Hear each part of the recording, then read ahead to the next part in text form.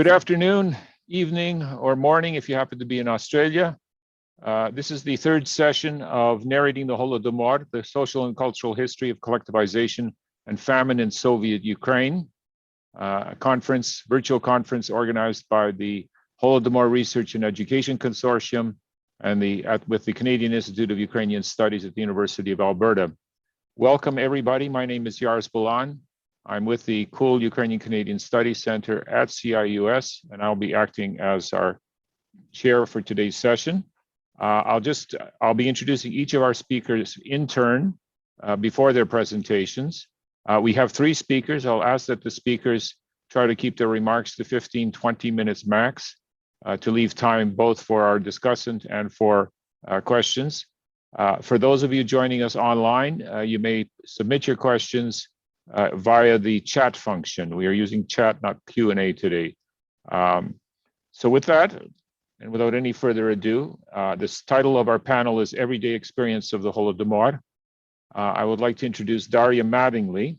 She is the Leverhulme Early Career Fellow at the University of Cambridge in the United Kingdom, where she recently received her doctorate degree.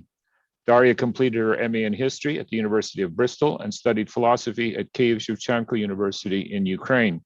In her doctoral dissertation, Daria focused on the rank and file perpetrators of the Holodomor and their representation in cultural memory. Daria, the floor is yours. Thank you, Yaris.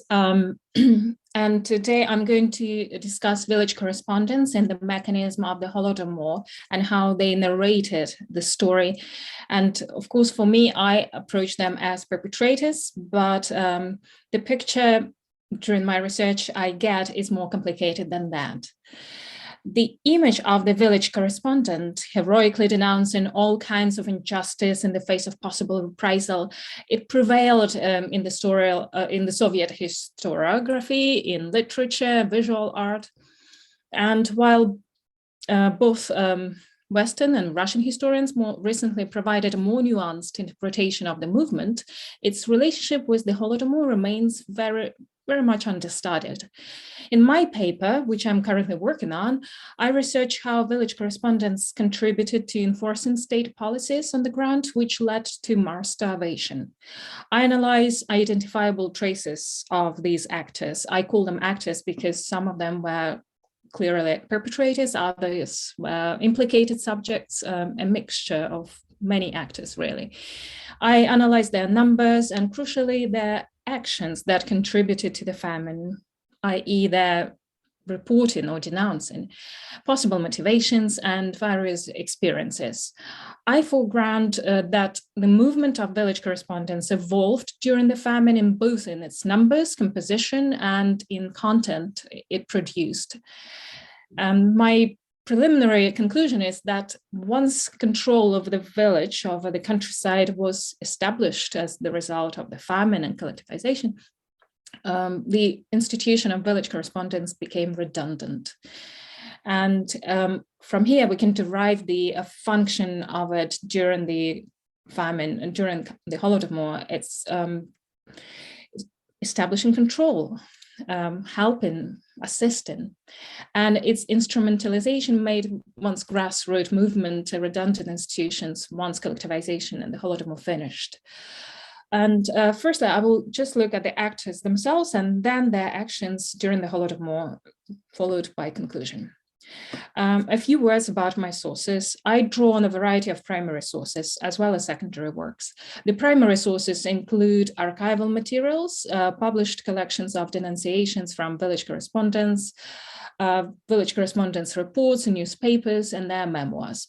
It includes a list of correspondence per newspaper in archives in Kiev. I was actually surprised at how detailed reports on village correspondence were available, numbers, names, their reports, their demographics, dynamic of growth in 1932-33, and actual denunciations, as well as information on investigation following these denunciations, results. And like any sources, the letters produced by correspondents could be used with the following in consideration: who and why and how they were produced, and who was their target audience. And letter writing to Soviet newspapers as a practice served multiple political, social, and economic functions. And for authors, it could reap benefits or simply restore justice. For the state, or rather the party, letters provided intelligence on public mood. And as we know, during new economic policy, the control was not that well established. So here the movement, the correspondence were quite useful. And also there was publication of some reports educated and warned the public. And in the times of the Holodomor, however, it also served a specific function of providing intelligence on people resisting policies, such as grain procurement campaign, and thus narrating, and also obviously intelligence of hoarding and possible enemies of the authorities, but also they were narrating this reality in which it was impossible to escape grain procurement. And they narrated, in the absence of all alternative media at the time, obviously, they narrated this new reality that was to come. And I think it's in continuation to the previous panel about acceptance and Stockholm effect and syndrome, and also that these were the rules that the peasants were to follow. But in my today's presentation, a village correspondent's primary role in the Holodomor is defined as that of denunciation, a written communication to the authorities that damages the third party. And while there was no standard form to denounce another person during the Holodomor, a simple note to the newspaper or authorities, GPU, on someone in possession of food or other valuables taken or pilfering foodstuffs from the fields, failing to meet work requirements, thus losing entitlement to food ration or criticizing Soviet state, would suffice for them to be indicted for various crimes, hoarding, theft, sabotage, or anti-Soviet activity, and be persecuted. And effectiveness of denunciations varied considerably. If in early 1920s, we can see that about 80% of all denunciations were proven later by investigation to be truthful or accurate. During the Holodomor, accuracy of these reports falls to 50%. So all investigations that take place during the Holodomor show that denunciations were actually no longer genuine, half of them. So when we look at the actors, who were these people? The movement of village reporters, as many of you know, started in the early 1920s upon the establishment of the Soviet state, which saw thousands of rural volunteers whose primarily function was to call attention to local abuses, corruption, and incompetence of the Soviet officials, as well as crimes committed by the regime's enemies, so-called enemies, obviously, kulaks, priests, and so on. Most village correspondents tended to write about abuses of the local authorities or other injustices in the 1920s in particular. In fact, reporting the abuses of local officials had pre-Bolshevik antecedent, so it wasn't a new phenomenon. All Soviet newspapers maintained large departments for signals from the grassroots, Signaly s Miest. And Fitzpatrick argues that these departments acted as these, not human rights, but some institution that overlooked violations of human rights by citizens' rights, by forwarding complaints and denunciations to appropriate agencies, party or GPU or government, or in case of larger papers like Pravda, conducting their own investigations. And we see the same in Radyanske Selo in Ukraine. It is easy to conflate denunciation by the general public with those by village correspondents, since the movement had grassroots origins itself. And in fact, we can see denunciations and peasants themselves calling themselves correspondents when they were not really. The village correspondents, however, were either self-identified or listed as such by the editors of district newspapers, Republican or national papers. By 1926, the number of proletarian and village reporters exceeded 200,000 and around 1 million by the end of the famine in the whole of the USSR. And their prime aim was to denounce. Reported abuses included a misappropriation of collective farm funds, property, or using its resources, horses in particular. Everybody was complaining how the horses were used and abused, or confiscation of other farmers' property. That's another common denunciation. Illegal fines, extortion, mistreatment of collective farmers, including cursing, like using a derogatory language, physical assault, sexual violence. And local officials were often accused of corruption, alcoholism, debauchery, and so on. And when village correspondents were not in the position of power within their villages, of course, their criticisms were against collective farm management. And in 1923, prosecution of Supreme Court was established, and village correspondents, reporters became de facto their informal employees because that's where they were writing to. But in 1932-33, we can see them writing to secret services more often than not. And village reporters presented a relatively well, if describe their demographics, we have first to consider, and that explains their profile, consider low levels of literacy in the rural population at the time. So identifying village reporters was rather simple. They were predominantly male, around 2% were women, based on the statistics in Ukraine at least. Many served in the Red Army.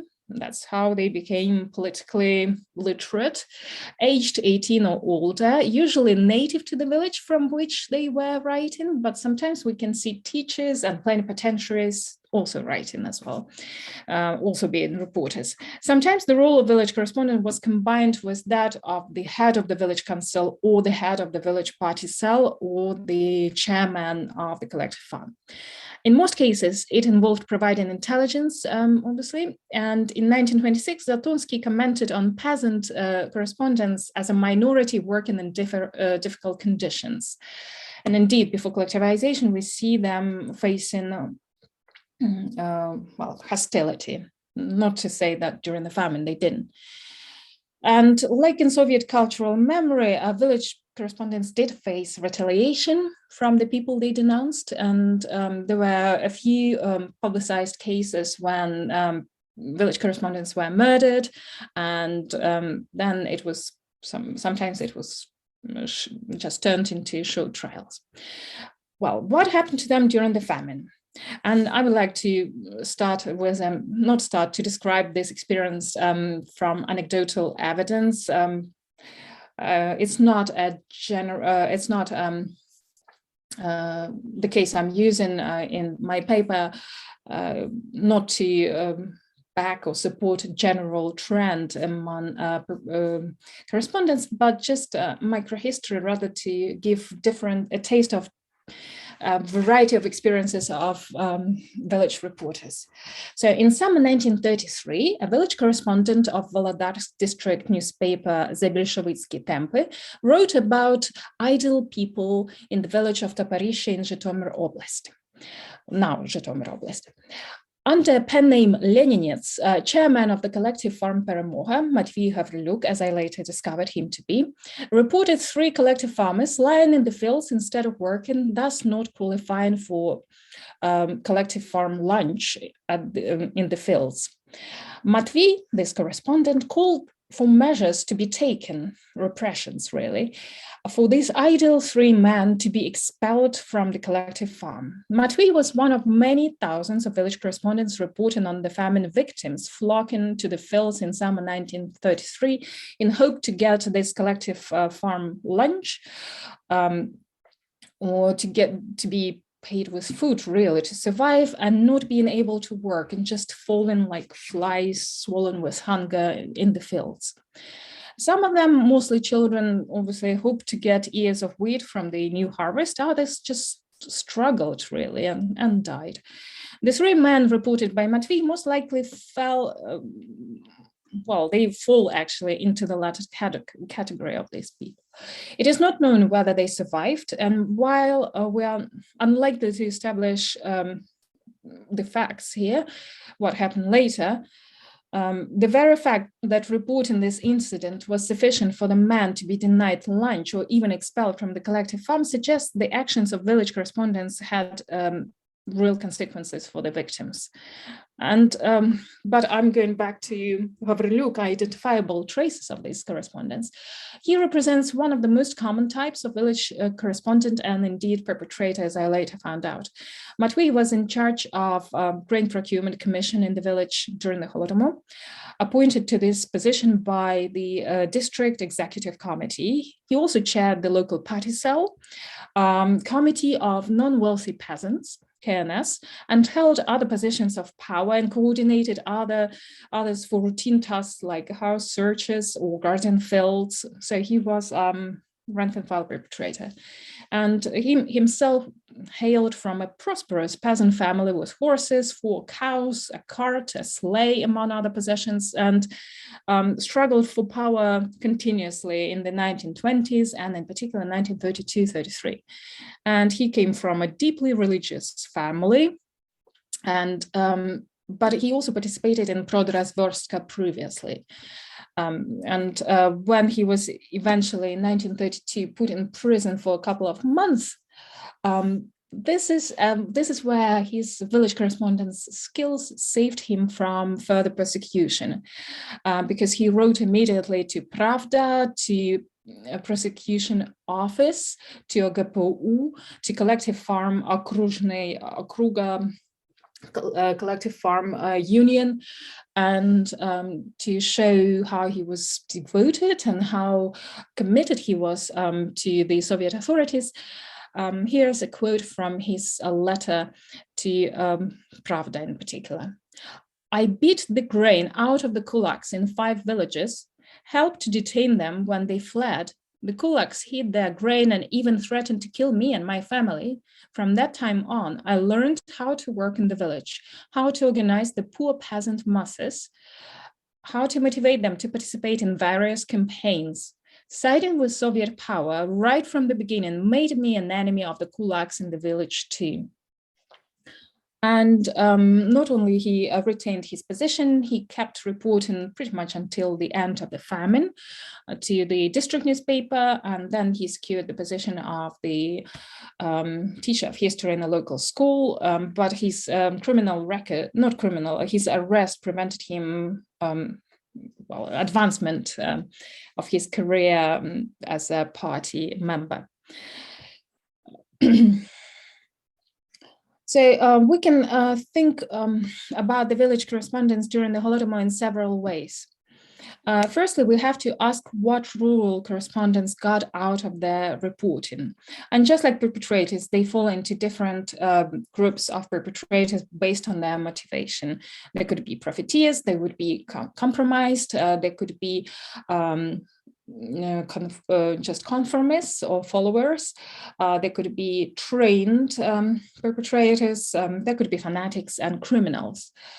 But also the correspondent's perspective reveals multitude of functions. They wrote to derive some benefit or satisfaction, to protect themselves or their family, or out of civic duty. And these functions are not mutually exclusive. And even the study of the village correspondence movement in 1920s, we can see this motivation out of civic duty or fanatics quite prominent. And according to Fitzpatrick's research in particular, we can see that during the famine, the major motivations are either compromised village correspondents who try to that as a strategy of survival, or profiteer in many ways. Yes, and secondly, we also have to address the regime's rationale for maintaining the network of rural correspondents, which was abandoned shortly after the famine. Apart from the form of control, the surveillance of collective and individual farmers and local officials, it also changed the nature of the movement. The primary motivation associated with performance of surveillance was no longer duty, as argued by Fitzpatrick, but rather providing intelligence and denouncing neighbors and other officials out of rather banal motives, even though their letters and articles started with the phrases like, "my duty as a communist," or "my duty as a Soviet citizen." So we can say that by 1932-33, correspondents became involved in acts of perpetration. And certainly they were more than implicated subjects here. They reported starving peasants for wheat and grain, idleness, pilfering, and together with the ongoing grain procurement campaign, we can argue those peasants who were reading their messages, it was just reiterating this inevitability of the new order in the countryside. Also, I know I'm running out of time, so I'm going to say a few words about the numbers. So the number of Selekore grew steadily during collectivization. For example, before collectivization, in that particular part of Polysia, in Soviet Volyn, for example, newspaper, there were 300 correspondents covering about 5 districts. Then by 1929, there were 500, so nearly over 500 actually, so nearly doubled during collectivization.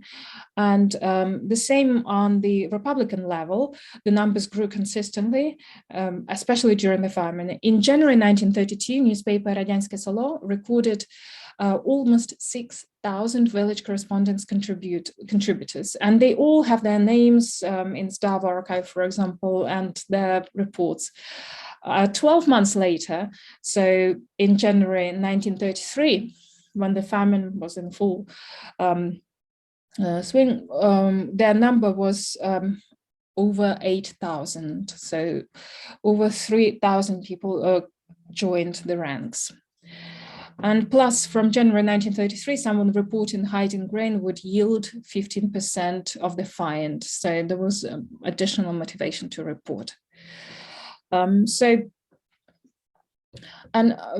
also contend that ideological group amounted as minority of the participants. So to conclude, scholars and contemporaries that focus on village correspondence mostly explore their reporting in the early 1920s and the nature of their writing, discussions whether their writing constituted a new Soviet literary culture, and the village correspondence during the Holodomor could be approached as neither journalists or no aspirational writers or exemplars of the cultural rise of the masses.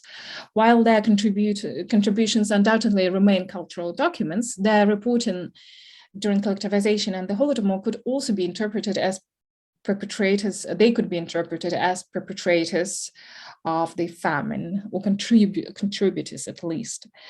But when they denounce and their denunciations lead to real results, they translate in life or death situations for their victims, they are certainly perpetrators. And moreover, often their journalistic duties overlapped with those of responsibilities of village officials and activists, direct perpetrators of collectivization. And sometimes, obviously, correspondents were perpetrators themselves. But strikingly, it was Bukharin who foresaw such a development in initially informatorial and function of the movement. In 1924, he warned of the dangers of it becoming a state institution with a censorship, a step in the social ladder. They became more than mere factographers, in the words of the contemporary Sergei Tretyakov. They became factor makers by reporting victims for investigation and prosecution by the state, as their words often translated into actions on the ground. And obviously, there was also translated into new reality for the victims in terms of perception. And on that, I would like to finish. Thank you for your attention.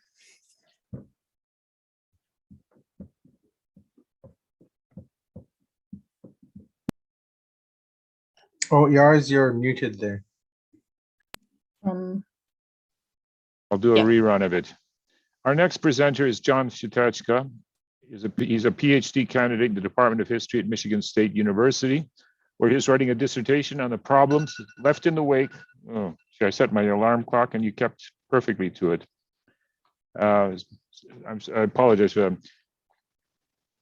He is writing a dissertation on the problems left in the wake of the 1932-33 famine in Soviet Ukraine. He is the founder and current co-editor of H Ukraine and part of the larger H Network online platform, which shares and promotes scholarly and intellectual content related to the study of Ukraine. Currently, John is Fulbright Fellow in Kyiv, Ukraine, where he is completing research for his dissertation. The topic of his presentation is Hunger and the Family, Trauma, Grief, and Interpersonal Struggles of the Bokan family after famine. John. Thanks, Yars. Let me share my screen here.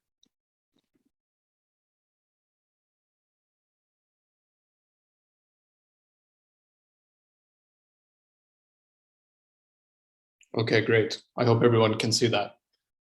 So thanks very much for the introduction. I'm happy to be joining you this afternoon or this evening, or I guess it's about 12:30 a.m. here in Kyiv. So I'm joining you from the future here on Friday. And I'm really happy to be joining this conference that's dedicated to the study of everyday life during the 32-33 famine, which I think is much needed. And it's been a long time coming to have this. So I really appreciate the possibility to join. And I want to start by thanking Oksana for organizing and handling this, and Hrek as well. And I want to thank Hrek for sponsoring another important conference. And this is, I don't know how many Hrek conferences this is for me, but I've been to a lot of them.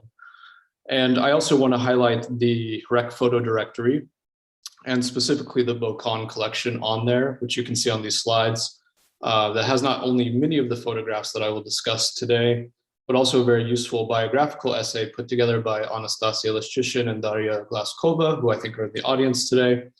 And they provide a great overview of Bokan, his family, and the photographs associated with them. And their project was really one of the first to investigate and contextualize Bokan's criminal file, especially outside of Ukraine, and as well as his life.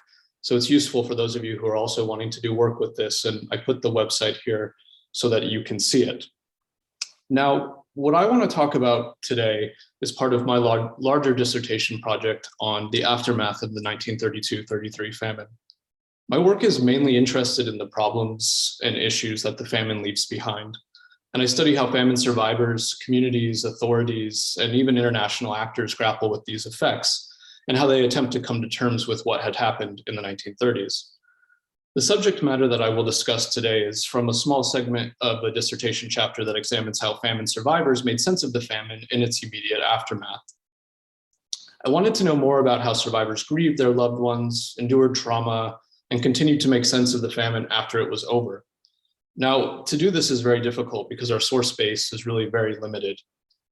Survivor testimony that was collected much later, starting really in the 1950s, but really prominently in the 1970s and the 1980s, which is and it happens in a much bigger vacuum of people coming forward to document atrocities in this kind of age of moral witnesses, as Carolyn Dean has called it.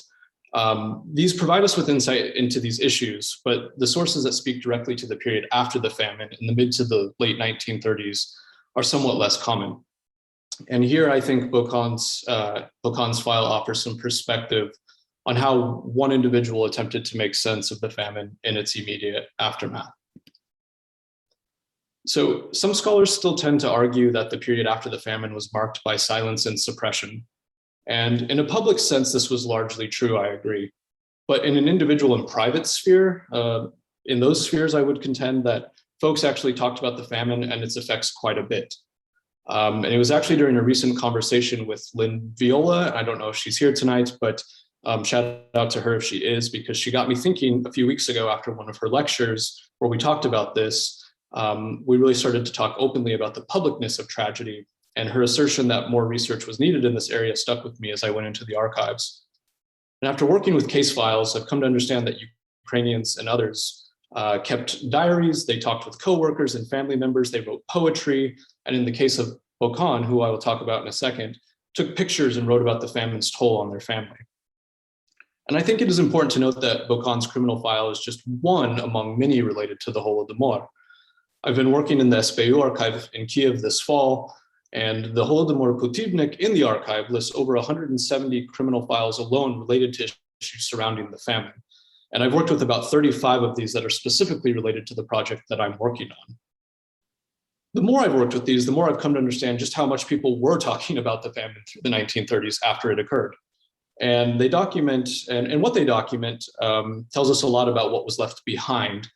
And these individuals tell us a lot about how they start to contend with the legacy of the famine and make sense of this. So I think this evidence helps us to better understand the problems left by the famine beyond just hunger alone, right? That survivors were forced to confront after it came to an end. Now, in the interest of time, I want to speak, and what I want to speak about today, I'm only going to briefly mention some of the details regarding the Bokan family leading up to the famine. You can read, if you're interested in this kind of stuff, I encourage you to go online to the exhibit on the Herc Photo Directory and read the biographical essay where you can learn more about the Bokan family in that way. But what I want to focus on today is how one individual, Nikolai Bokan, helps us to better understand the emotional toll that accompanied survivors that lived through the 1932-33 famine. His story provides us with unique insight into the ways that individuals and families grieved for their loved ones, endured trauma, and navigated the problems in the famine's wake. Now, Nikolai Bokan, who was a photographer by trade, was married to his wife Vasilina, and they had 7 children together. He was a practicing Tolstoyan, which was a social and religious movement that promoted religious teachings based on the writings of Leo Tolstoy. They adhered to pacifism, vegetarianism, abstinence from smoking and drinking, among other things. His set of beliefs would contribute significantly to the tense and strained relationship he would develop with his children over the years. And for the most part, Bokan's kids largely rejected his Tolstoyan beliefs, and they actually blamed him for holding them back from advancing in Soviet society. These relationships were only further strained during the onset of famine, when Bokan would go on to ask a couple of his sons to leave home and find employment because the family could no longer afford to feed everyone that was living under their house. So although this caused a major rift in the Bokan household, it was really the death of his son Constantine that would prove to be too much.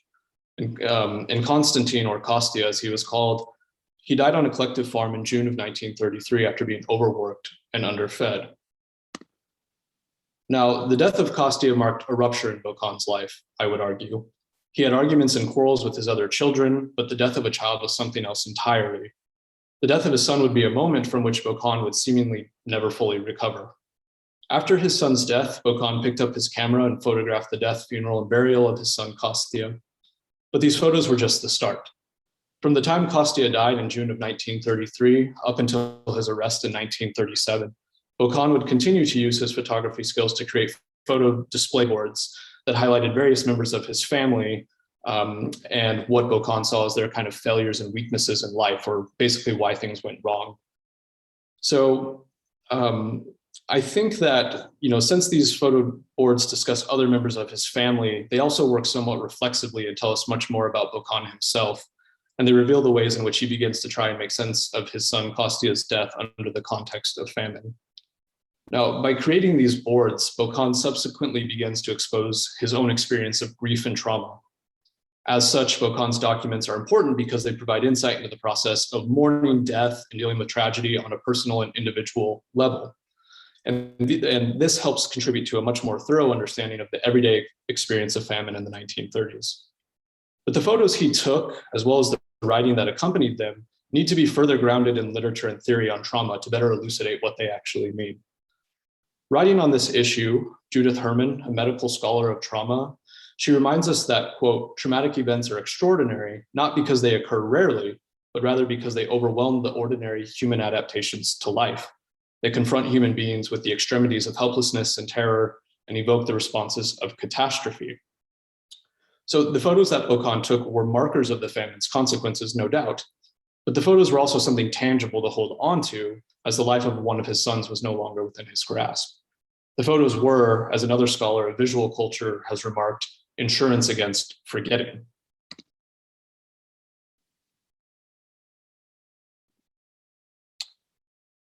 Immediately following Kostya's death, Bokan began commemorating his son.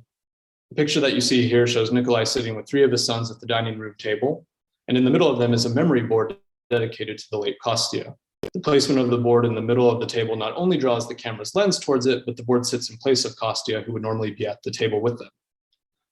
This photo board would be the first of many that Bokan would create up until his arrest, and he would continue to return to the period of the famine and the death of his son repeatedly throughout the 1930s as he continued to develop and evolve his understanding of his son's death and why his family was continuing to fall apart.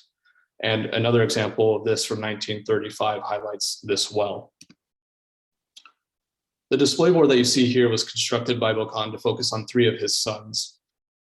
Bokan writes critically here that these 3 would have had a better future had they followed his religious guidelines. He targets their work ethic and immoral behaviors as well.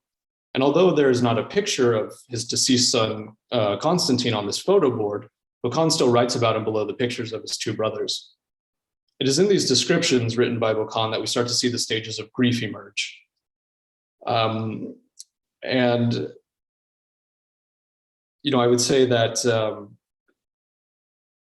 in his writings on Kostia, Bokan states that Kostia renounced his father during the famine because he could not give him enough to eat, which as a result leads to Kostia's death.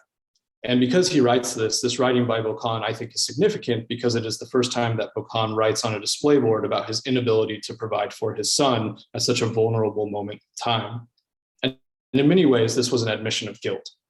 And Bokan gestures to the fact that Kostia might still be alive if he had been able to provide food for him and keep him living at home with the family. At this point, Bokan also starts to exhibit some features of the anger and bargaining stages of grief. So on the same board, Bokan wrote about Kostia that he was hardworking and kind, but kind of had a weak mind. And this type of statement reflects Bokan's effort to negotiate the memory of his son, to interject reason as a way to postpone his own guilt. Bokan first compliments Kostia by referring to his work ethic, but then he switches gears to criticize him for being weak-minded. This is representative of Bokan wrestling with the details of how to remember his son and how to categorize what went wrong. It was an attempt to find where to place blame within the logic of a grieving mind, right? And during the bargaining stage of grief, those who are grieving try to minimize, alleviate, or control pain by attempting to shape or influence a different outcome. Bokan also attempts to do this by offering advice to his living sons who are remaining. In his inscription to them, he appeals that they should leave behind the current Soviet view of religion, right, this atheist view, and should instead embrace the type of Christianity that Bokan himself had adhered to. He claimed that if they do this, they would not suffer the same fate as their brothers. So these words can be read as Nikolai's efforts to make up for the past wrongs and by offering the only thing that he could at this point, which was advice. He hoped that by appealing to them and outlining what had happened, maybe they would listen. Bokan would continue to produce these photo display boards in 1936 and 1937 as well, and the ones he produced continued to build and change the narrative of his grief. As medical scholarship has noted, right, the stages of grief do not always follow a strict order, and it is impossible for the stages to occur in various orders depending on the individual. In another board Bokan created in 1936, it becomes clear that he is once again trying to pinpoint blame for what has happened to his family. Here he shifts the blame to his wife, Vasilina. He writes on this board that the probable cause for why things went wrong was due to the genes that she passed down to her kids, essentially. This is what he's arguing. Bokan continues by asserting that his wife's family was part of the wrong religious environment as well, and one that suppressed what he called kind of a religious self-consciousness. And I see this again as another attempt to place blame in an effort to justify why things had turned out the way they did. So still in 1936, 3 years after Kostia's death and the breakup of the family, Bokan is trying to reconcile this death and division. And this is important because this is still going on years later. Although Nikolai addressed a number of issues in his display board, the 1933 famine and the death of Kostia continued to be featured prominently in almost every photo that he made. So we know that he keeps returning to this famine. And the death of his son, no doubt, was the worst possible outcome that he as a parent could face. Pictures of Kostia's lifeless body that continued to be put on these display boards meant that Nikolai kept returning to the moment where he lost his son. The photos you see here are pulled from a number of display boards to show you how Nikolai kept returning to this moment. Now, scholarship on trauma informs us that people suffering from it often try to return to the time when the trauma occurred as a way to try to figure out what happened and whether the situation could have been prevented. And the attempts to do so are part of this traumatic experience themselves, or itself, I should say. The understanding that one cannot go back in time and change the outcome is part of coming to terms with what happened. And in this way, trauma never really goes away, but people learn how to cope, understand, and continue on with their lives. But unfortunately, it seems that Bokan was never really able to process the death of his son, or at least the material that we have in his file leads us to believe that this wasn't true, that he was never able to fully comprehend his son's death. And in one of his last display boards that he created in October of 1937, the same month he would actually be arrested, he wrote down some of the last words that Kostia spoke to him before leaving the collective farm. He wrote that Kostia believed he would make a lot of money by leaving his father's home and working on this collective farm. And when he did make this money, he promised that he would not give anything back to his father. So the words by Kostia here, which under normal circumstances might be attributed to youthful rebellion or father-son disagreements or family tensions or something like this, in normal circumstances, right? These continued to haunt Nikolai. And it seems that he kept returning to Kostia's death through these photo display boards in an attempt to find answers, to solve the mystery of why things turned out the way they did. But from what we know, Nikolai never found these answers, and he would be left speculating the rest of his life, or so we think. In October of 37, Nikolai, along with one of his sons who had stayed around the house and assisted him with his photography, were arrested and charged with spreading anti-Soviet propaganda. The pictures and display boards that Nikolai created over the years became admissible evidence against him during his trial in 1938. After their trial, Nikolai and his son were sentenced to hard labor in camps across the Soviet Union, and Nikolai would go on to die in 1942.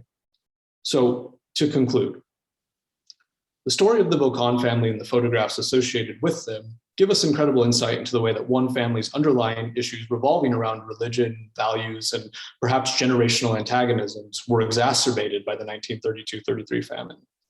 It is often difficult to remember that people had normal, everyday difficulties that existed outside of the famine's sphere of influence, right? But the Bokan story helps us to remember that this was true. At the same time, the story tells us a great deal about the ability of the famine to find its way into personal matters and compound already existing problems while creating new ones. Furthermore, the story exemplifies that there were many effects of the famine that outlasted the event itself. And I'm sort of building on the narrative that was talked a little bit about in the previous presentation regarding trauma and the famine. Actually, we have this kind of end date of 1933, but I would push this and argue that, in fact, while starvation largely ends in 1933, and there are more acute forms of hunger that happen after this, the problems that accompanied the famine continue on for years. So I think additionally, the Bokan story encourages us to understand that the famine's effects were comprised of more than starvation alone. And here their files offer insight into the way that Ukrainians grieved, mourned, and endured trauma after the famine claimed loved ones. As such, stories like the Bokans encourage us to broaden our understanding of the impact of famine on Ukraine and on Ukrainians, to note that the effects that the famine left behind were around for a significant amount of time after the event ended. And Bokan's file, in addition to other criminal files that I have not had the chance to talk about tonight, they give us an indication about how survivors talked, wrote, and photographed the famine in its aftermath, which in turn tells us much about how Ukrainians attempted to make sense of what the famine meant to them in the years after. Now, in the case of the Bokan family, the famine was a rupture point that brought death and contributed to the division of a family over many years. Thus, we should continue to work to include these stories into our social histories of the 1932-33 famine. But we should think more broadly about the consequences beyond just hunger alone that accompany famines and their aftermath. Thanks very much.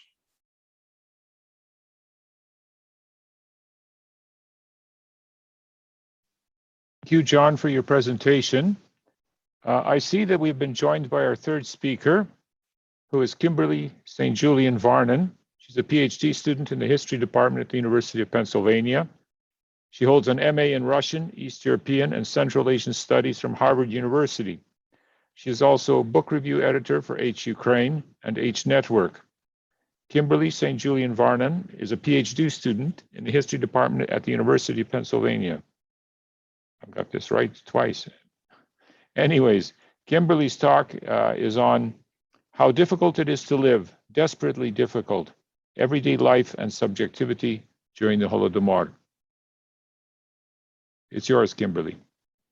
Thank you so much. And thank you everyone for being here. I just finished teaching my last class of the semester, so it's great to end the semester this way. And so my paper draws from my master's thesis, and I'm coming back to it. And it really engages with the earlier subjectivity debates. And I noticed that in Soviet historiography, often when we talk about subjectivity, it's very much focused on Moscow and Leningrad. There isn't a lot of discussion about what does subjectivity look like in the, quote unquote periphery of the Soviet Union. And so I really wanted to work on bringing Ukraine and the experience in the Holodomor back into our discussions about subjectivity, because I see the Holodomor as a subjectivizing process. This is the process and this is the event that turns the Ukrainian countryside into subjects of the Soviet Union. And so the section that I submitted is I think is one of the more interesting parts of my my master's thesis, because it tries to distance. So I compared the true believers such as Lev Kopelev and Pyotr Grigorenko. And so this chapter really looks at people who had different experiences, who were, part of the pre-revolutionary intelligentsia, who were religious and who were trying to adapt what they're going through in the Holodomor. They're trying to figure out a frame of reference to understand and also to cope and to survive that's happening to them. And so I think for a lot of these individuals, their framework of understanding is so heavily influenced by their religious beliefs and their previous education. But at the end, I think what we see is that their previous frameworks of understanding and of coping in the world, they just can't accommodate the cruelty and violence that we see in the Ukrainian countryside. And for some of these people, they undergo this crisis of the self, and they go through this struggle of trying to understand what is happening outside, but also what is happening within myself. What is making me behave in these ways or making me feel these ways or behaving cold towards people. And so the first person I'm going to talk about is Dmytro Zavelovka. And he was a party official, and he was in the Kiev Oblast during collectivization. And he was born in 1906 in Borisipol, and he joined the Komsomol in 1925. So he's very much a true believer in the early Soviet period. And he wrote a diary that concludes sometime in late 1935, but we have a lot from what's available in 1932.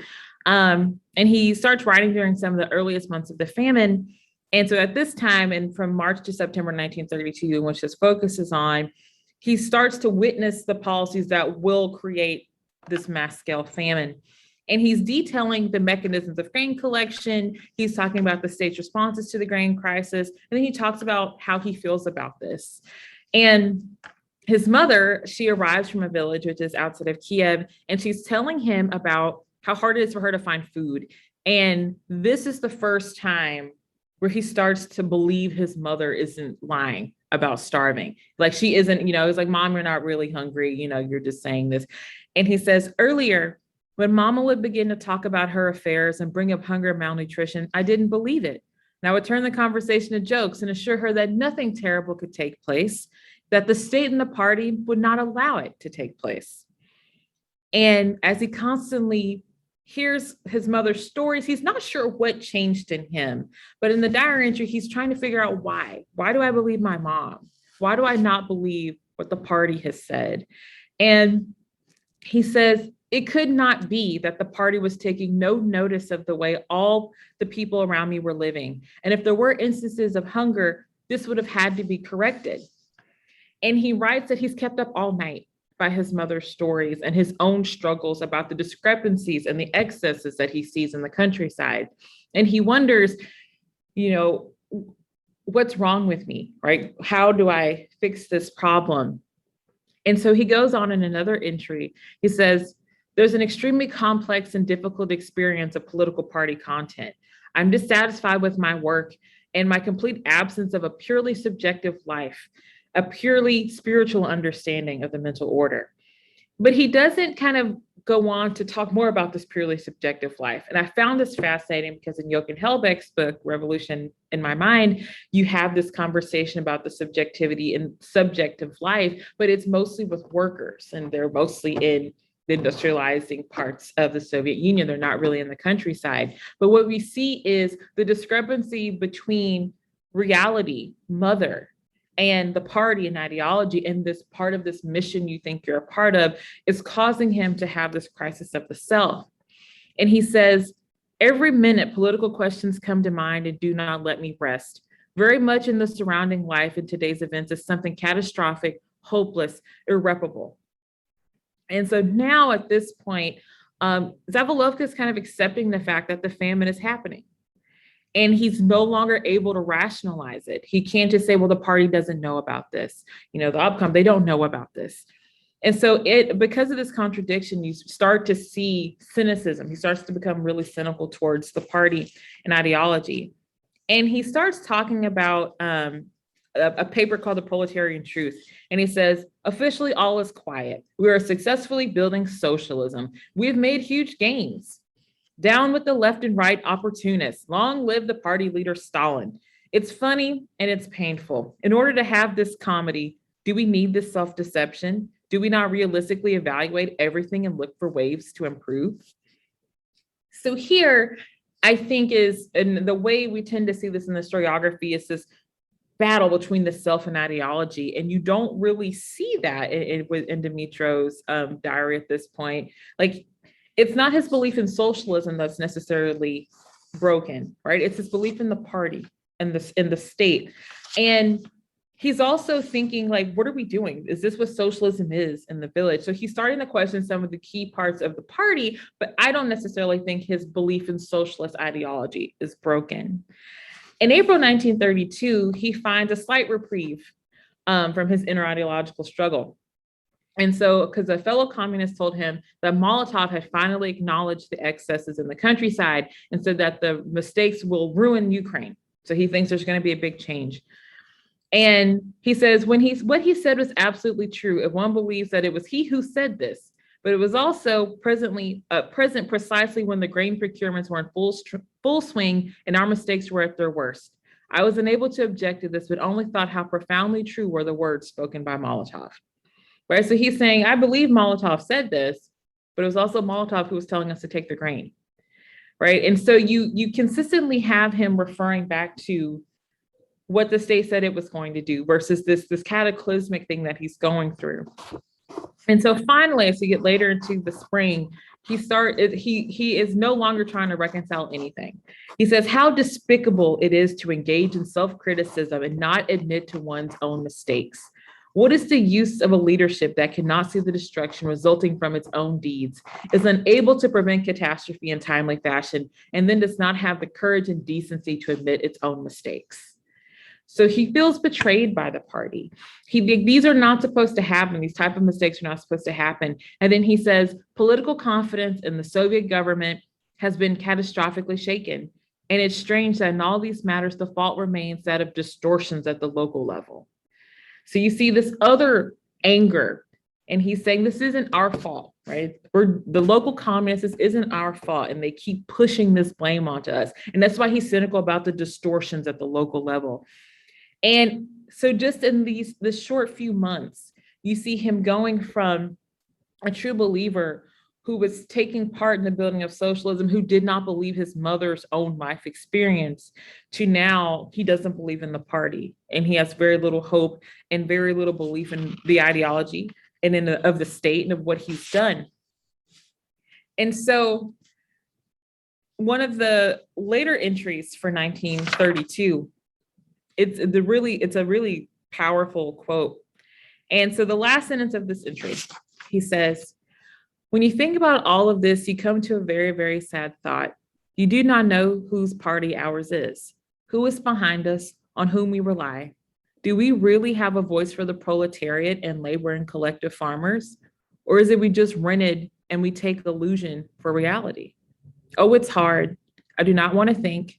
Maybe I'm wrong. All wrong, I think. If I were so, I would be very happy.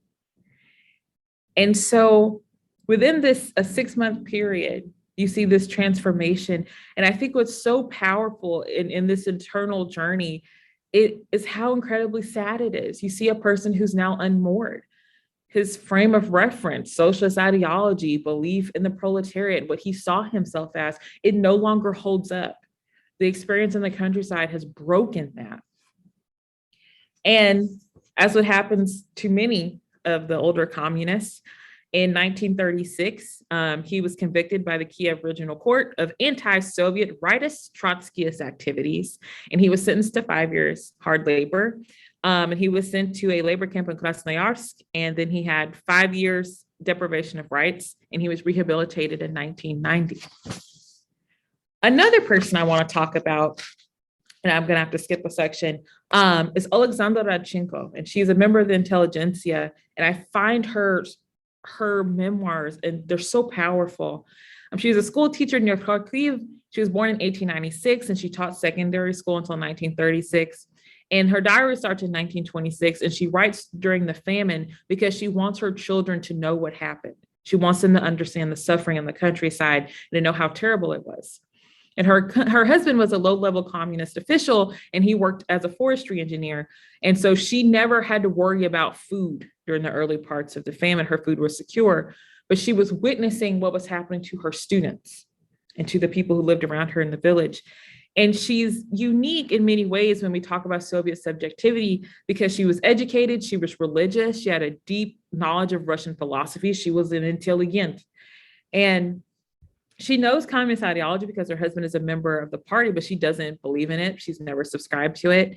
And she's a really interesting person because she is surviving during the famine. So she is a witness to everything that's going on, but she's not necessarily at threat. And I argue that her philosophy, her way of understanding the world is deeply shaped by her religious beliefs in Russian philosophy. And as the famine goes on throughout 1932, and as it becomes more deadly around her in 1933, she starts to understand like what's truly happening. She starts to think about this is on purpose.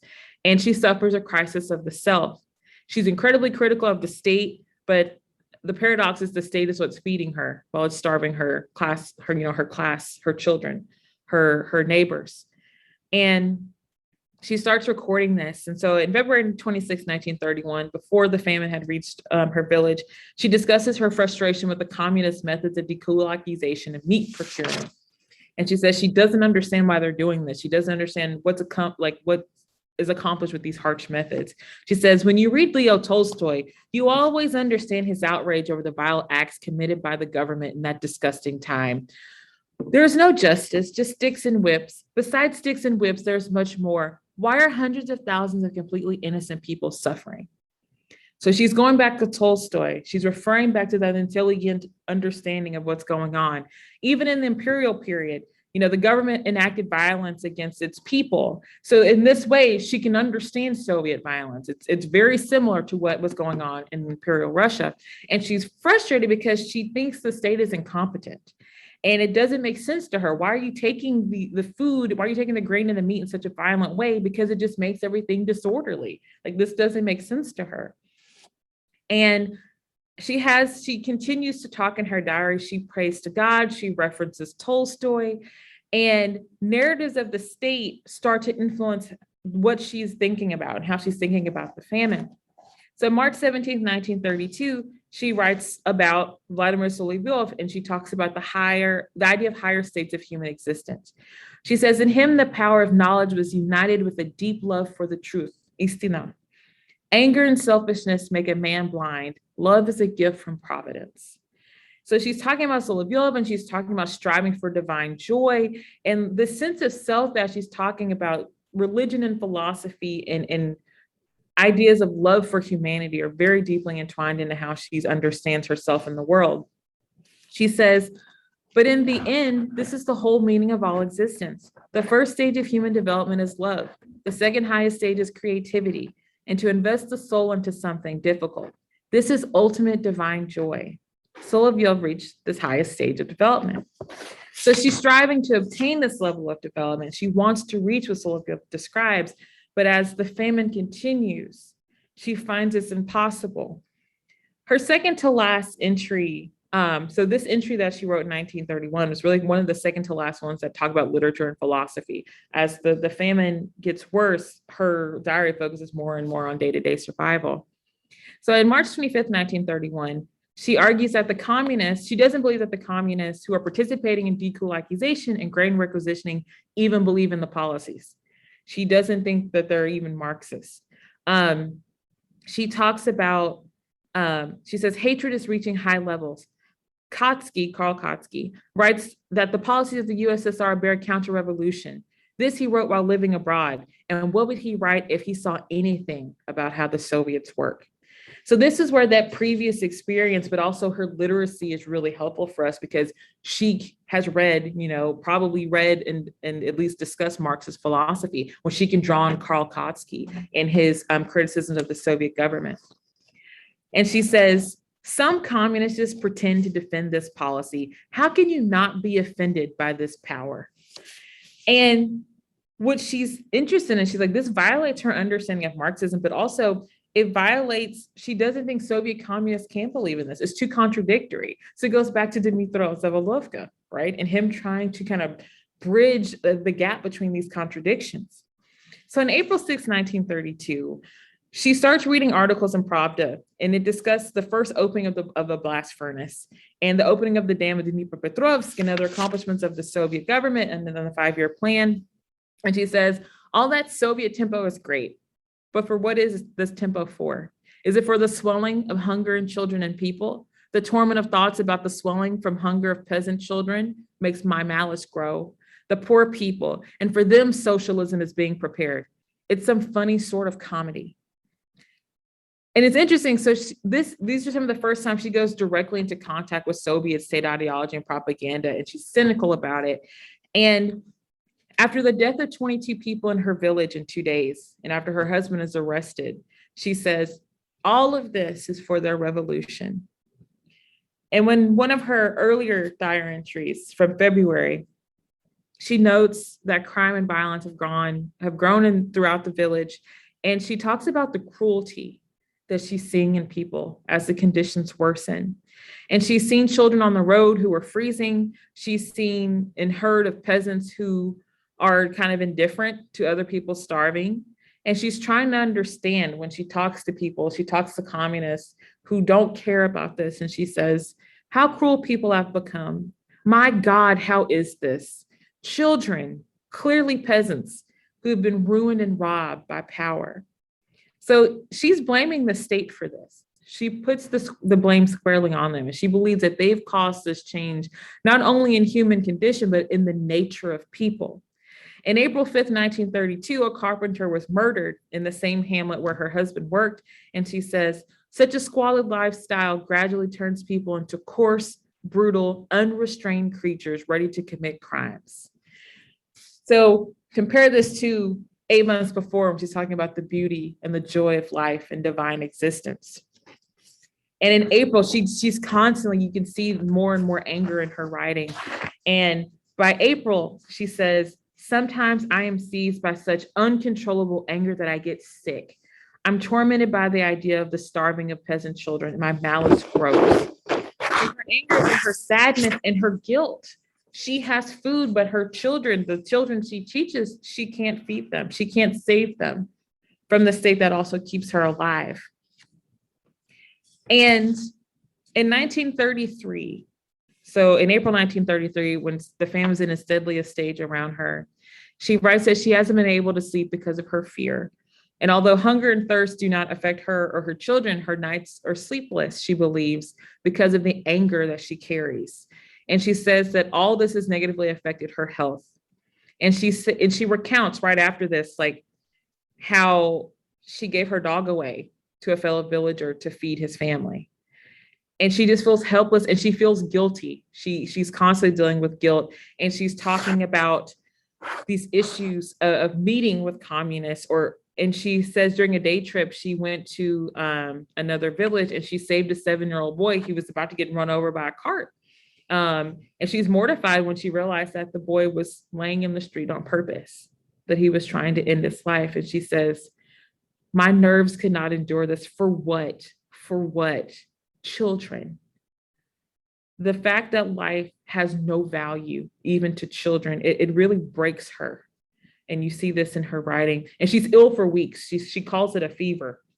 And she's ill for weeks when this happens to this child. So one of the final diary entries I'll read is from December 7th, 1933. So the famine has kind of relieved a little bit, and the village has foodstuffs coming in and it's recovering. And she finds herself accused of a crime. They allege that she was eating rabbits that her husband had allegedly stolen. And her husband stands accused of embezzlement, nepotism, and negligence. And at this point, she's like, how could they tell lies about us? She says, such horror, such an insult must prove that this is a lie. So many witnesses, but why invent lies? Why is this necessary? She can't understand why people in her community, people she's tried to help, would accuse her of something that they know she didn't do. And she ends this diary entry by saying, how many have suffered during this period of time, and still we suffer. So she sees these extreme changes in the behavior of members of the villages, and now all these extreme changes are directly affecting her and her ability to live. And the lack of empathy for starving children, the easy way that people in the village turned against her and her family, all of this violated her religious beliefs, her philosophical beliefs, and her morals. So at the end, all she has is her belief in God. And much like many Soviet people, she gets arrested in 1945 by the NKVD. They found some of her diaries, including the diary she kept during the famine. She was convicted for spreading anti-Soviet propaganda and agitation, and she was released 5 years after that, and she passed away in 1965. And so in this way, we see how even those who were not direct victims of the famine, even they struggle to reconcile the reality of what they see and the frameworks of understanding that they have. And this is why I think that studying the Holodomor is so important for the wider historiography of Soviet history, because it shows us there are many different paths of understanding subjectivity, including understanding famine as a form of subjectivizing process. Thank you.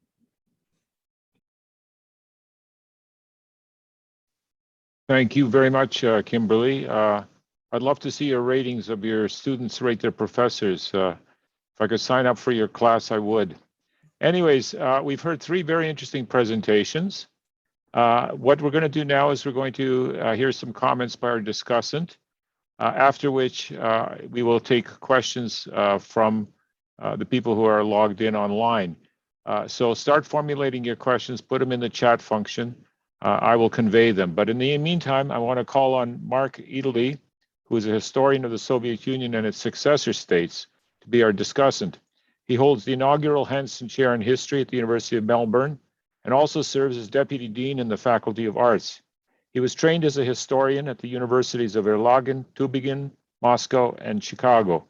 He is the author of 7 books, including Soviet Veterans of the Second World War in 2008, Stalinist Society, 2011, Stalin's Defectors, 2017, The Soviet Union, A Short History, 2019, Debates on Socialism, 2020, and Stalinism at War, the Soviet Union and World War II, 2000, which came out this year.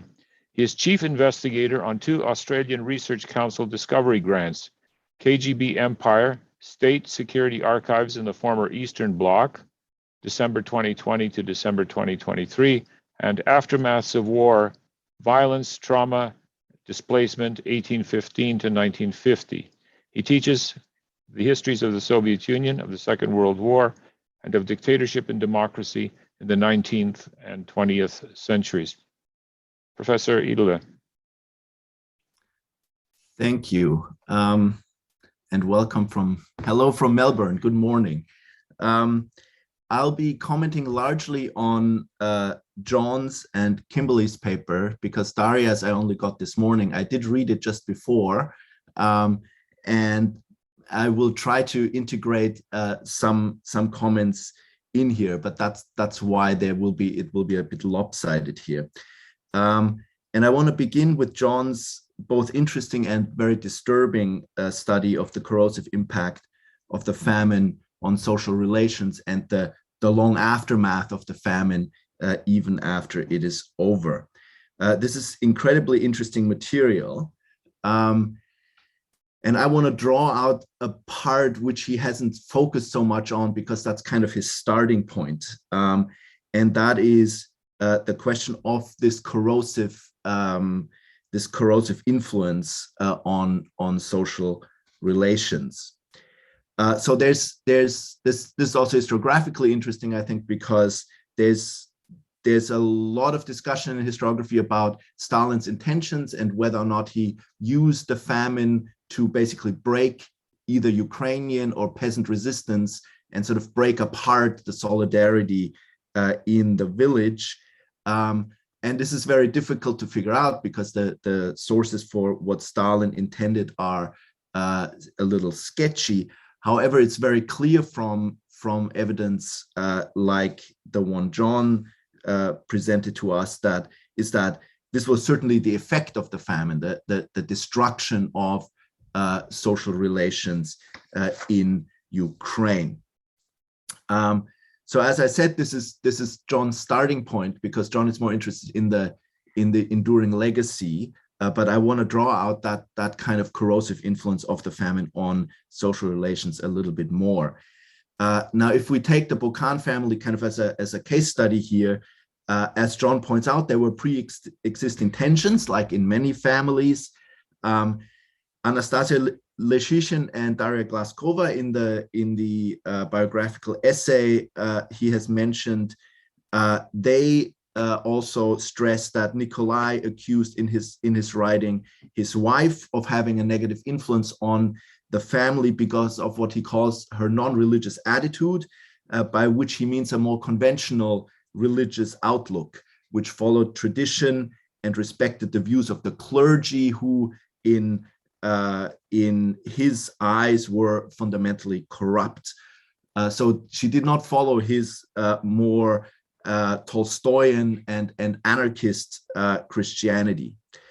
So that there's tensions between the spouses, but there are also conflicts between father and in particular the second oldest son, Vladimir, born in 1908. In Nikolai's judgment, his son used an eye impairment to excuse his fundamental laziness.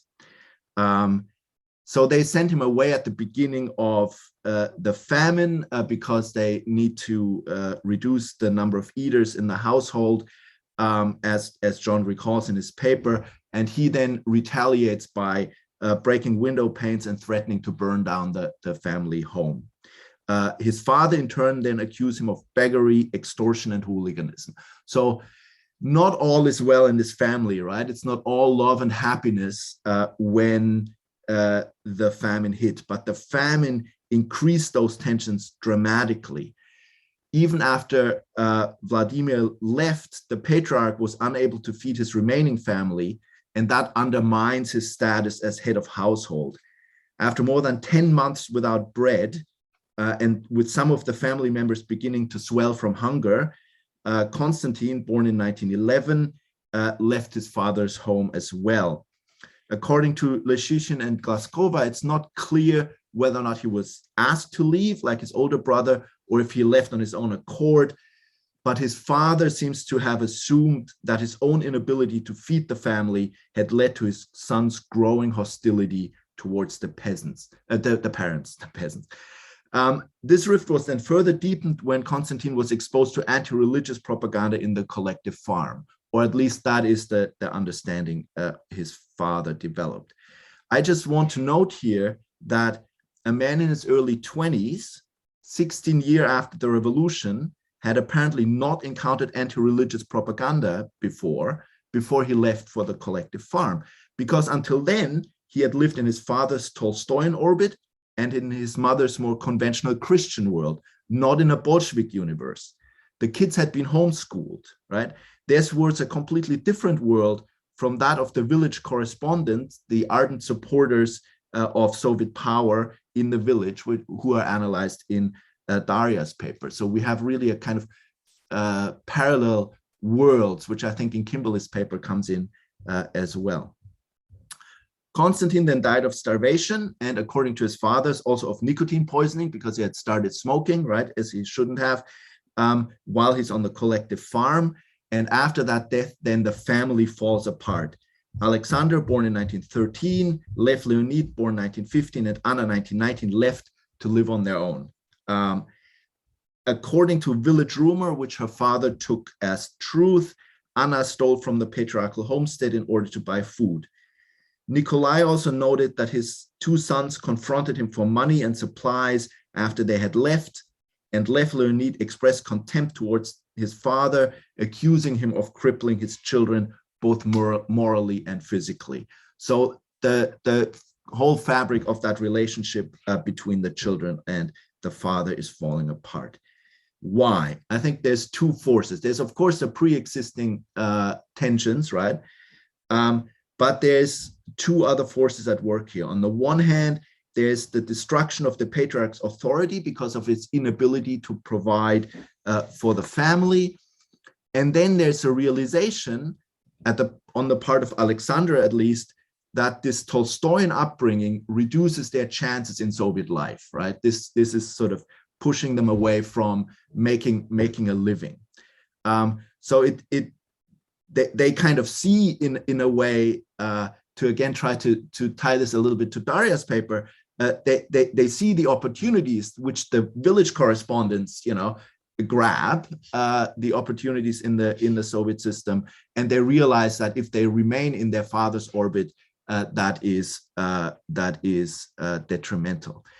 Eventually, the estrangement between the three younger children in Nikolai went so far that both Anna and Lev Leonid served as witnesses for the prosecution in their father's trial in 1938. And in this context, Anna called her father an enemy of the people, right? So her world, in a way, had now merged with the world of the village correspondents, right? She kind of behaves like them towards her father, denouncing him. Now, if we take the Bokans as a case study for social ties, here the family giving way under the strains imposed by hunger, then I think we can see two new fields of research opening up to the socialist turn of the 1930s. The one is the field of research John is trying to push, and I think rightly so. It's a very important push. That is the study of the aftermath of the famine, the enduring legacy, the enduring trying to deal with it after. But the other one, the one I try to pull out here a little bit, is the study of the unraveling of social ties during and after the Great Famine. This brings me to Kimberly's paper. If we see the Bokan family as a kind of a case study of the unraveling of social relations, Kimberly's paper looks at the structure of meaning and how they came under stress during the Great Famine, and also the structure of the self, right? In the paper, the original paper, Kimberly presented 3 case studies. She cut one out here, but I'll sneak it back in, I think, because it's an interesting one. So there's the diary of Dmitry Savalovka, a once true believing party official who loses his faith, right? Second, the one she pulled out is or cut out is the once oft-read memoir of a defector, W.L. Ryzhko, which was published in the 1959 landmark Soviet Youth 12 Komsomol Histories, and presents a very interesting recollection of his changing self and self-understanding. And then finally, the third one, the diary of Alexandra Radchenko, a village school teacher and member of the non-Bolshevik old intelligentsia of pre-revolutionary vintage. All of them experienced a crisis of the self in Kimberly's term when they are confronting the Great Famine. Despite struggling with his Bolshevik consciousness, trying to keep it, alive, Savalovka in the end lost his belief in the party he represented. I wonder if he ever regains it, actually, Kimberly, because there's always where you end the story in these narratives is important, I think. I also wonder, Daria, to what extent, and that might not be answerable on the basis of the research you've done so far, but I would be interested if you have any ideas about that, to what extent some village correspondents suffered through similar kind of sort of moments of reckoning, where they're realizing that what they're doing is killing their own people. Ryzhko's path was more complex. Like the now famous Stepan Podlubny, he came from the wrong class, a son of a kulak, but remade himself into a loyal Komsomol member, a false identity, if you like, which he seems to not have just displayed, but embodied. He actually lives, he becomes kind of a Komsomol and quite enjoys being a Komsomol. For Ryzhko, the identity crisis came with what he saw then in the villages in the spring of 1933. Very much like Savalovka with regards to the party, Ryzhko becomes, quote, ashamed of being a member of the Komsomol. And I think that statement indicates not just the depth of the shock of encountering the famine, but also the extent to which he had originally identified with being a Komsomol member in the first place. You can only be ashamed of something you actually hold dear at some point in your biography. A similarly convoluted position of insider-outsider as Ryzhko, who wants to belong but then in the end can't, is represented by Kimberly's third case study, Alexandra Radchenko. Like many women of the old intelligentsia, she had married a Bolshevik official and thus could see what was happening partially through official eyes, but she was also deeply religious. She was well read in Russian philosophy, which originally helped her make sense of her world around her. And yet, during the famine, she seems to have suffered a crisis of the self as destabilizing as Ryzhko's or Savolovka's. The main reason for this crisis seems to be her own entanglement in the power structure, the fact that as the wife of an official, she was shielded from starvation, but not from witnessing the suffering of others and the meanness in human relations this suffering engendered.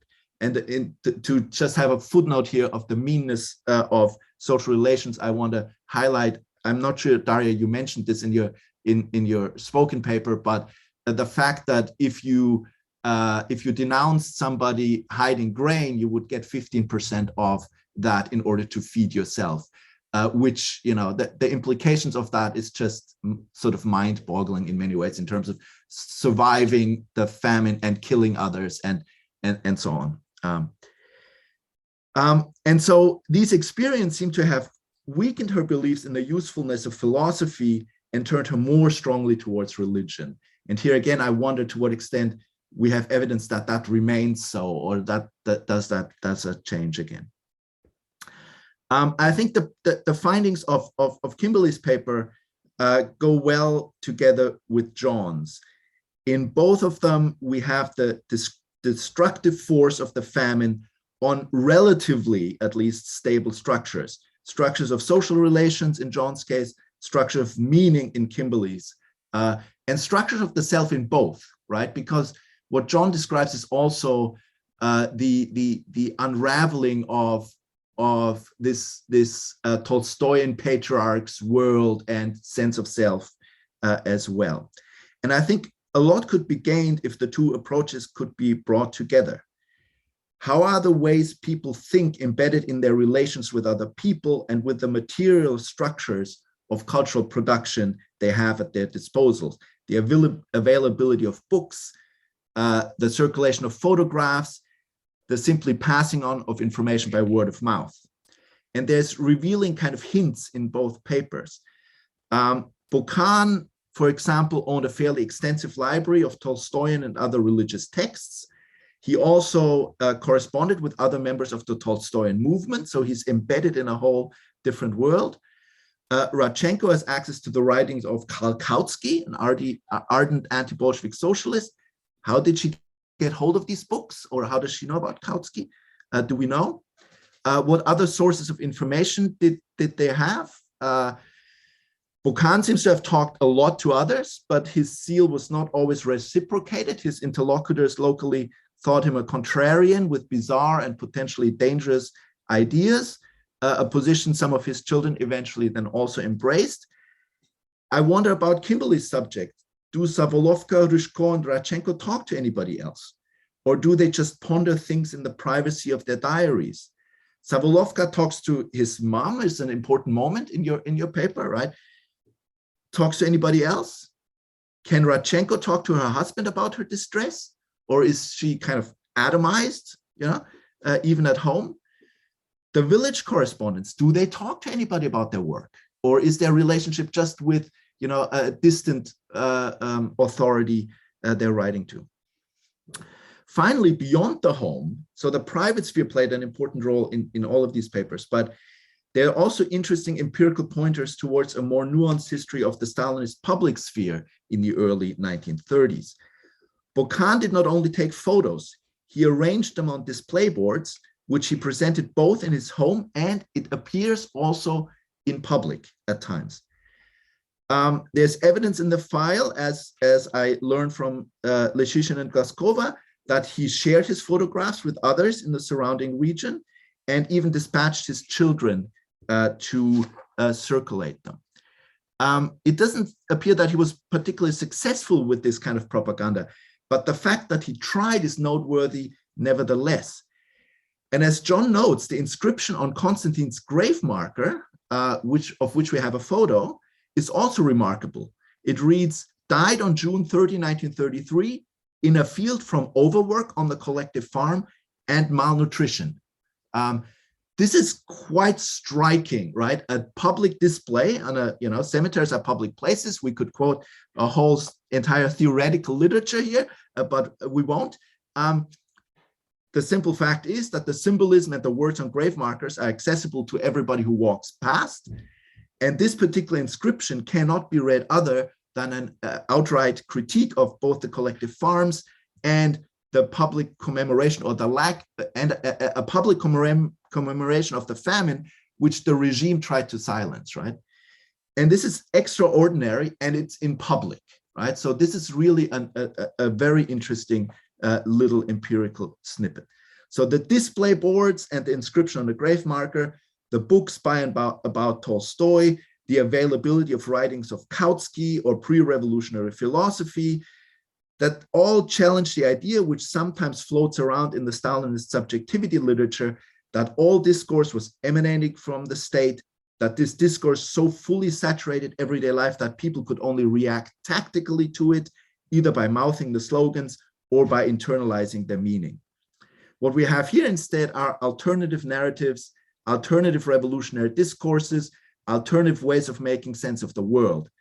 And these alternatives were not just confined to the family and what was left of the public sphere, they were displayed in public. I have one more paragraph, but I think, Jars, I'm probably out of time, so I will just stop here. Thank you. Okay, well, thank you very much, Dr. Edele. I would like to give our presenters a chance to respond or share any thoughts with your comments, or also to comment to our fellow panelists for anything they may have brought up in their discussions. So why don't we start with Daria, if you want to go first. Okay. Thank you for the insightful and really good comments, and yes, thought-provoking about village correspondents. They certainly, I can see evidence that at least part of them, some of them realized what their writing was contributing to. And how do I know that? In the archival documents, we can see some of them articulating this realization when they are being reported by others for anti-Soviet expressions.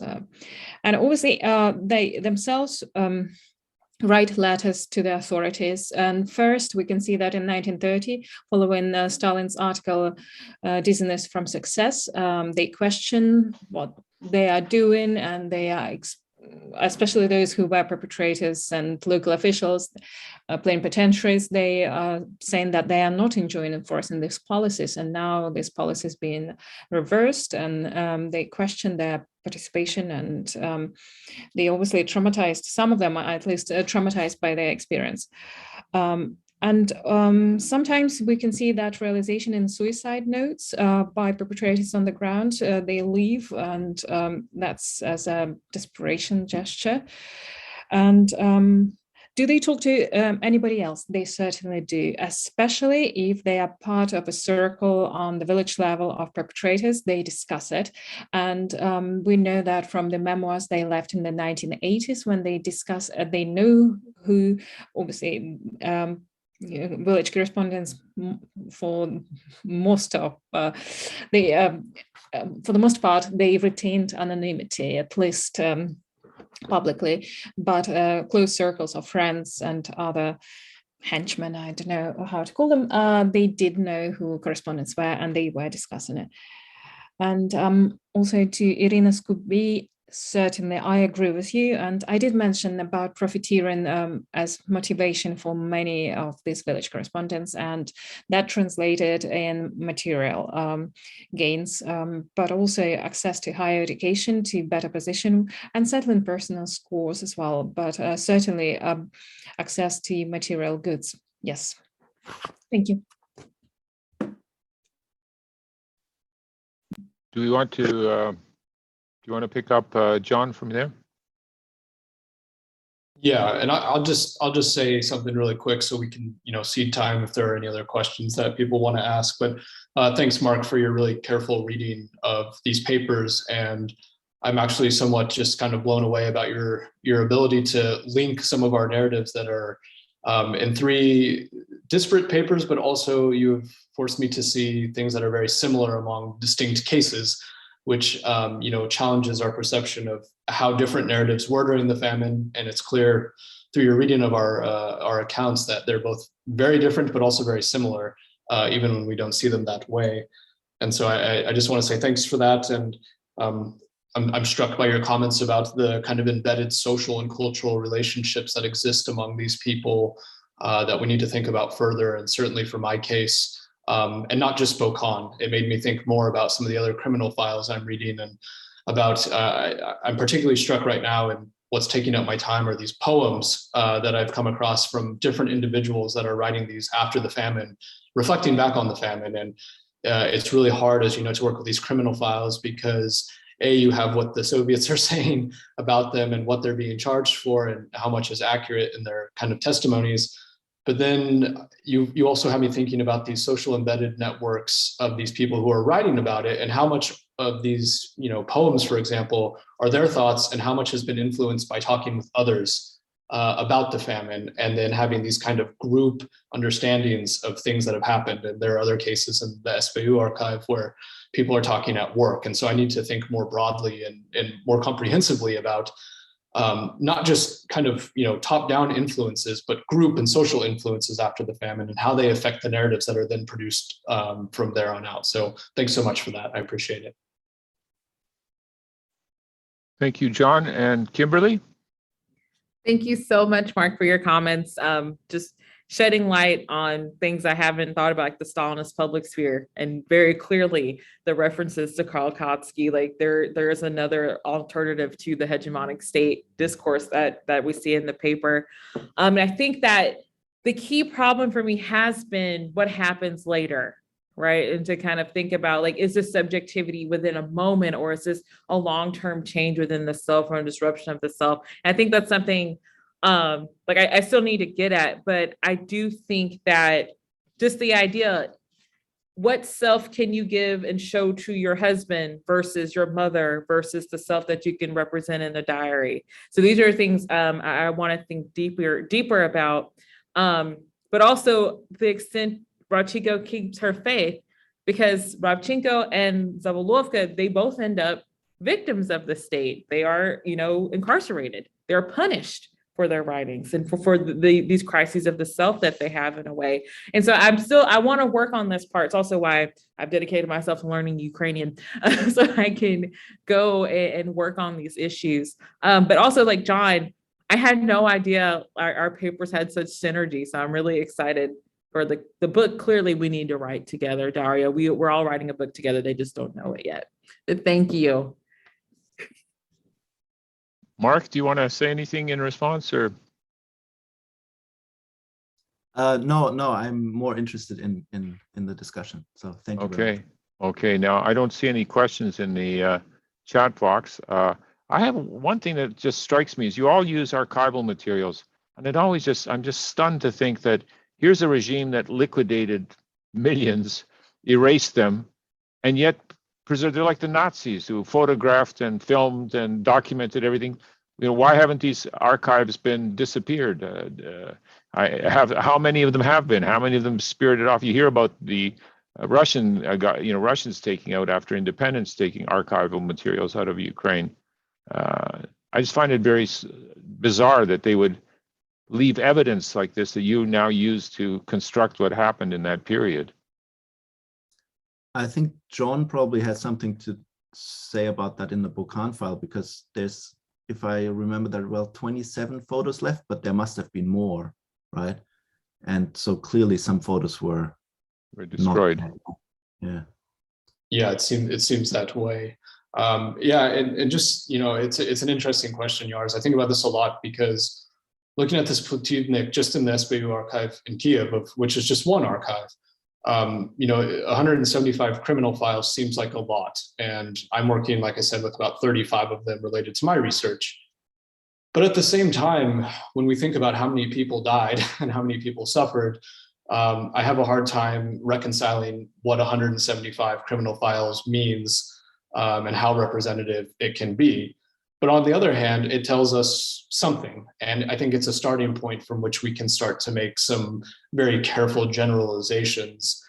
And to that point as well, I also think that these are just traditional archives, and there are collections that, you know, maybe don't exist in institutions with archivists and librarians. And, you know, the one thing about Ukrainians is they hoard everything that they have. And so just being here in Ukraine I've been here for about 2.5 months now, the stuff that people will pull out of their attics and their boxes, it makes me think that there's probably a lot more out there that we just haven't quite, you know, had a chance to look at yet. And you know, it kind of got me thinking of with the Koronivka tragedy that happened in the 60s when part of Kiev flooded after Babin Yar. A bunch of citizens had all kinds of documentary evidence that never made it into the archive, and you know, people have brought this forward since. And so it also makes me reflect back to the 30s and think that, you know, people were good at hiding things. They had to be in order to survive. And so I think they were able to keep some of these documents and perhaps other photographs. I'm sure there are more. I'm sure we're not done finding them, but you know, I think if we're willing to keep going to archives, especially the regional ones, which have not been tapped fully, I think there's a lot there from what I've learned from archivists, and also kind of grow out of just, you know, central archives, we'll find a great deal more.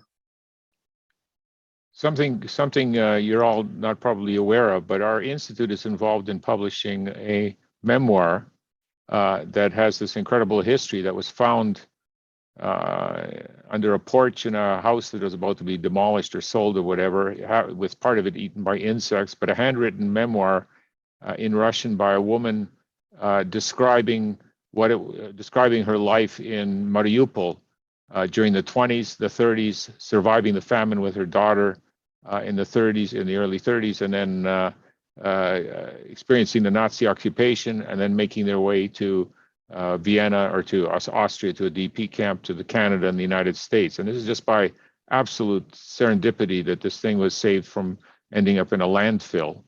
And that it was translated, a version of it was translated and published in English.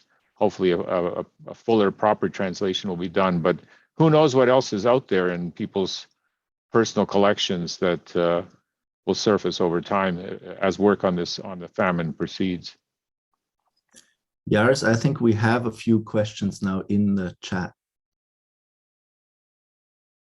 Mine is not showing any here. Well, we had just the one from Irena Scooby, who 7 new messages. I don't know why it doesn't show up here. All right, thank you. Marta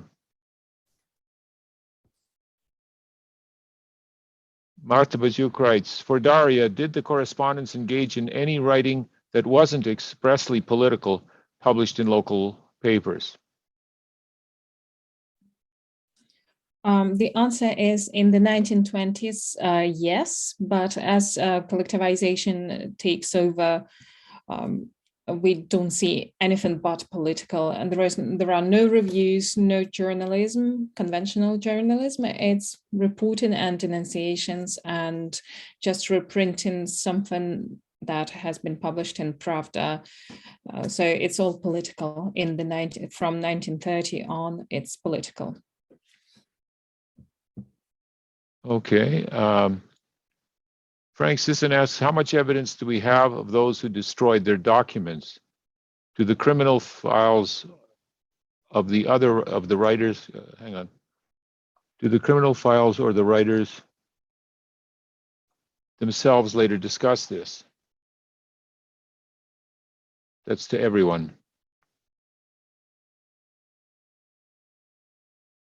How much evidence do we have of those who destroyed their documents? Do the criminal files or the writers themselves later discuss this? I'll take a stab at this, Frank. That's a good question and a really interesting one. And one that's hard to answer because I would think that if it's destroyed, there's little evidence of it to be had or known to us. I personally haven't come across this issue where it's been documented that they destroyed or got rid of any evidence that they had, but that is a provocative question and a good one that I think we'll have to think about. Maybe Daria or Kimberly have come across this issue. I think Gretchen, because her family destroyed some of her diaries. They burned them. So not all diaries of Gretchen survived. So we know from her file that at least there were more of them. But it's a tricky question because once they're destroyed, we can only speculate, I suppose. Question for John. Are these poems you mentioned seized in searches and used in criminal trials? Were they, when were they written, the poems? Yeah, thanks, Literary. They are seized during searches. And at first it was kind of interesting because I just came across one file and I thought the poetry was interesting. And then I think I've read 5 separate files from 5 different people in 5 different areas of Ukraine that are writing poems. And it seems to have been kind of an artistic outlet, which is pretty interesting. And one that doesn't surprise me, but it's interesting because they have the originals of the poems and then the ones they typed up, thank God, because some of the handwritten ones you can barely read, the ink's faded. And a lot of the handwriting actually is just like almost unreadable, at least for me. And so I have to spend some more time with them. But yeah, they're confiscated during searches because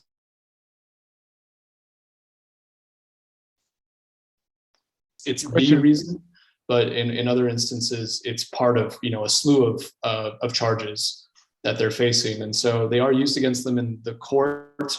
And there is but it's something else that we need to talk about too is the sentencing on these things, because I was reading a guy a couple of days ago who kept 4 journals that talked about the famine, 4 full journals, and I think he ended up getting let go. But somebody who wrote a poem was, sent off to a labor camp or killed. But they are written, a lot of them are written at the end of 33, I would say between October and December, and then throughout the 30s, they're on out. And it sort of makes sense to me because things have really eased up at that point. And so there's probably time to reflect after fall harvest and to make sense of what's happened. But these are fresh with me, and so I'm still working through them. So I'll let you know when I find out. A question for Kimberly. Was Radchenko accused of sharing her diary entries with anyone? What were the nature of the accusations of her anti-Soviet activity? So I know that she was accused of spreading anti-Soviet propaganda and agitation. And so I'm imagining if she hadn't necessarily shared her diaries, so she spoke about these feelings and then they find the diaries in her house, that's proof of her anti-Soviet agitation. But it's been so long since I've had physical access to the material, I couldn't say definitively, but hopefully I'll be able to go back and get back into it. But I think that is interesting. It's like, did she finally open up and then was she betrayed? Because she talks about that at the village accusing her. So I'm wondering if that's connected.